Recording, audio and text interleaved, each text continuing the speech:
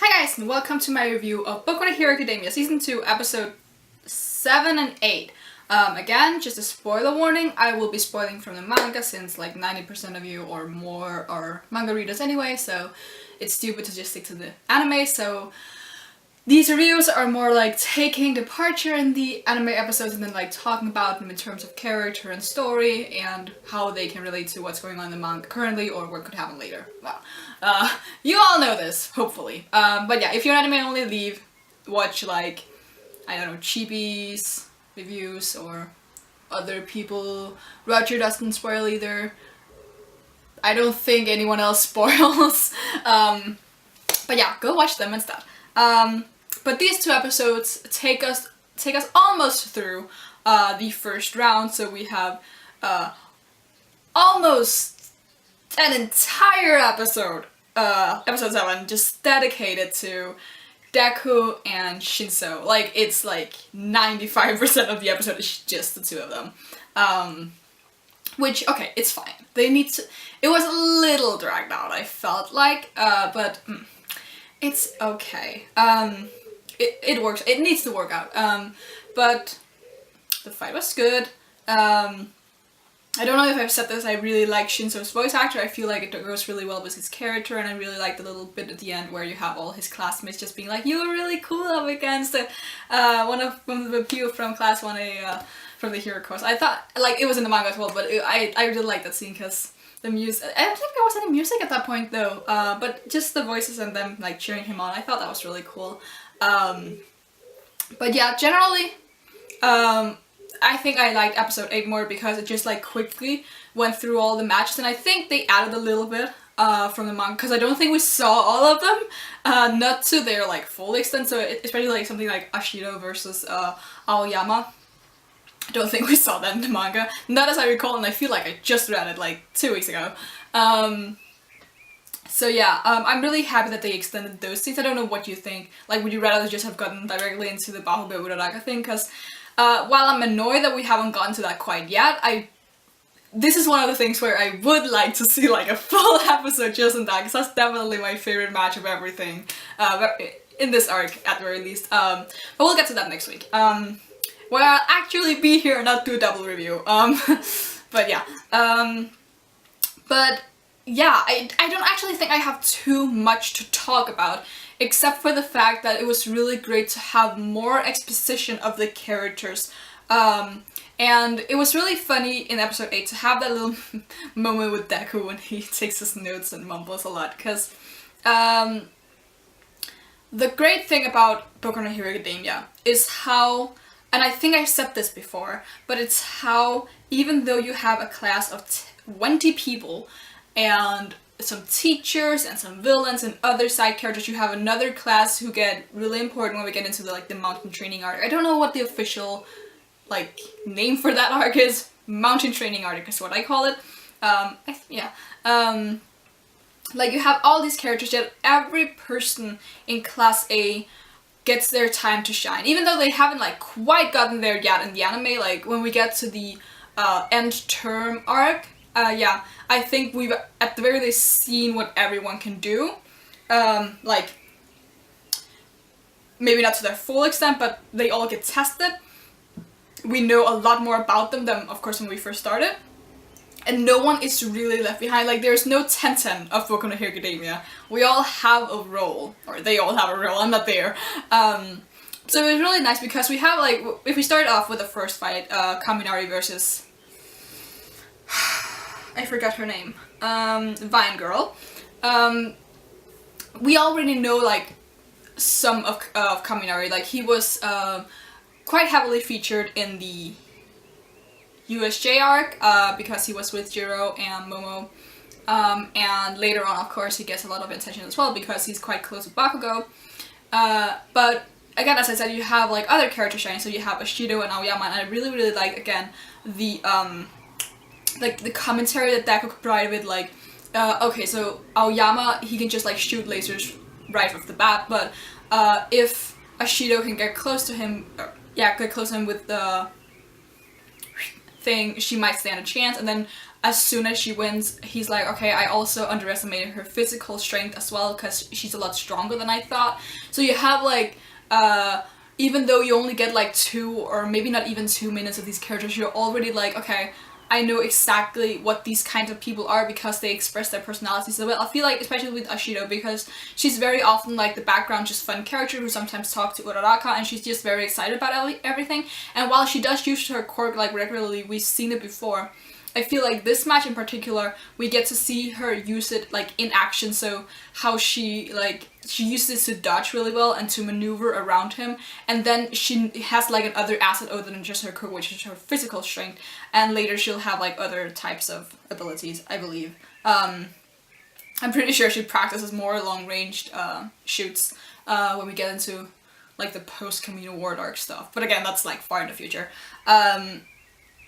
We also have that bit with Momo against Tokoyami, which really foreshadows the struggles that she has, or it shows the struggles that she has, not foreshadows it, but it foreshadows like the hurdle that she'll overcome in the Enter arc. I just said it and I forgot it immediately what it was called.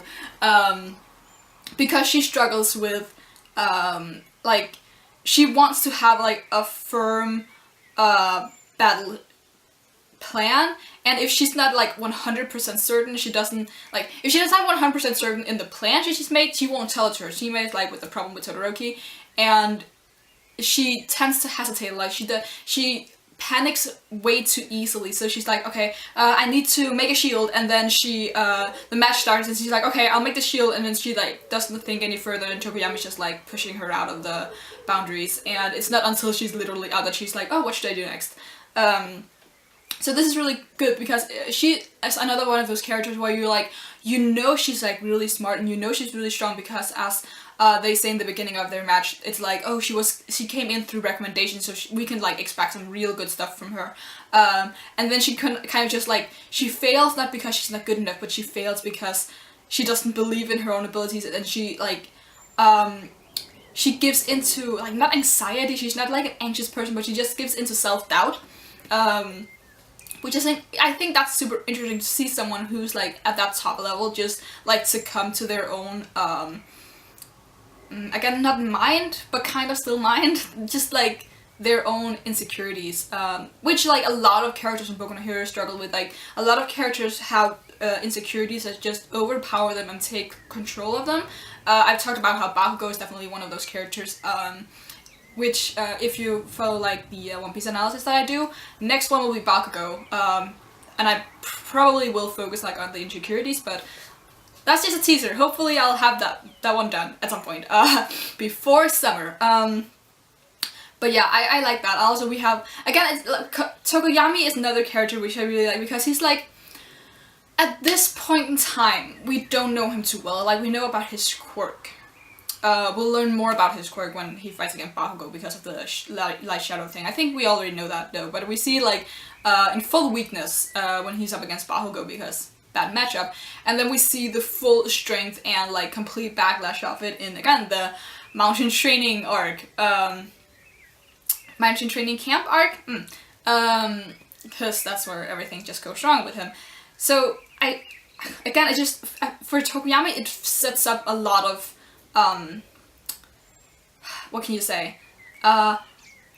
His downfall in the training camp arc is so much more spectacular because throughout this entire arc, he only falls short once, and that's when when he has a bad matchup. Like, he would have had to face Bakugo anyway, since Bakugo wins the entire thing, but it's still like a bad matchup because, oh my god, this is a quirk that emits light. Like, he would have had the same problem against a Tokoyami who would use his fire. Or against a Kaminari who could use electricity more efficiently. Or, I don't know, other people who could do light. But I think that's really great to have, because really Tokoyami has had a lot of a spotlight in this arc, right? He's had like the thing in the cavalry battle where he was basically, like, he saved their team, and then we have this, and we see him, I think we see him, if they extend more fights, we'll see him, who else does he beat? Ashido, I think, and I forget. maybe there's not more. I don't remember how many matches they had to go through. Maybe that's just it. Ashido, and then he loses to Boku. I don't remember. But yeah, I think that's really great to have Tokuyama set up as this really strong character, because he is a really strong character, and he has like a really like superb quirk, and they say that as well, like maybe this is one of the greatest quirks because it's so good for both offense and defense. But it's just, it has such a huge, I want to call it side effect, that's not really it. It's a double-edged sword, and like he can't really use it to its fullest in nighttime because he can't control it. He'll be super freaking badass if he eventually learns to control it. Like imagine a Tokoyami who can control his like shadow, what's it called, shadow, I don't know, at night. Like that would be so cool. Who else do we focus on? Obviously Kaminari and Tetsu. Everything about that is just so great. Yeah, that's just everything. Again, love Kaminari, and with the current arc as well, it's just like, pay attention to Kaminari, just look at how far he's come and how, like, because he's still the same character, but he's better at using his quirk, definitely. Like, if Kaminari up to now, of course, faced off Tetsu, he'd have won easily. We also see the fight between Ida and Hatsume Mei, which is an awesome fight because everything about Mei is just super great. And I really like that because again, this is one of those things where she's introduced so early on, and we don't see her for like the next 80 chapters. Or in this case it'll be like 4 seasons, maybe 3, maybe 2, depending on how long the next seasons are, but we won't see her for a long time, and then suddenly she'll come back after the Camino Ward arc and make Deku some of those select things that he needs, and she makes the thing for Kaminari as well, and she's just so relevant. And I'm sure she'll be more and more relevant as the series goes on, because her ability to make really unique equipment that's fitted for the hero that needs it, like especially like with the Kaminari thing that she makes, because he wants to have those long-ranged attacks that doesn't make him go dum-dum, and she has like really good solution for that, and she's still just a first year. So she has still so much to learn and so much skill to develop, so in the future she'll just be so good at making exactly what you need, because she already has most of those skills. But imagine having like, I don't know, I have no imagination right now, but she could make some really awesome shit for Deku or for Ida or for Uraraka or any other person who will need it. I have a feeling that like when at some point in the series, when people need like their costumes to be upgraded, she could easily do it, because the thing is, Deku, when he first got his costume, it was very simple, and I think he also made a comment that you could, or All Might made a comment that you could always change it, like, because if you don't really know what your quirk is, or if you change like something about a quirk because you obviously train it, you can just change the costume to fit it better. And I'm sure this will happen, like we've always seen Deku apply those weird boosters on his legs, and I think maybe other people have changed their outfits like slightly as well.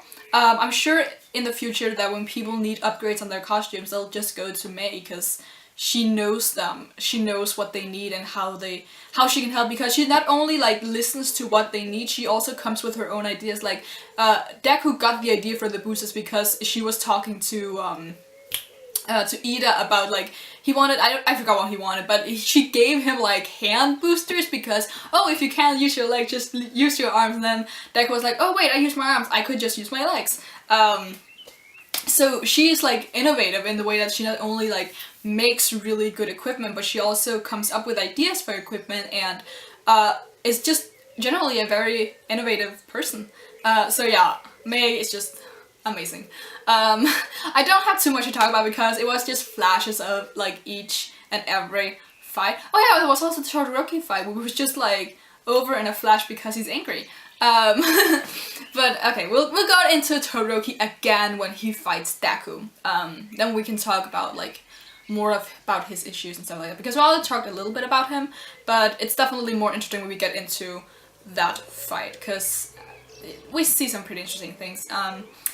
You might probably imagine that next time is the Bakugo Uraraka one, and as I said in the beginning, it's my favorite fight. Obviously, I also said before that I think that this is one of Uraraka's finest moments, and since Bakugo is my favorite character and I talk about him way too much, you might imagine the next episode is just gonna be me rambling on and on and on about that fight and why it's literal perfection.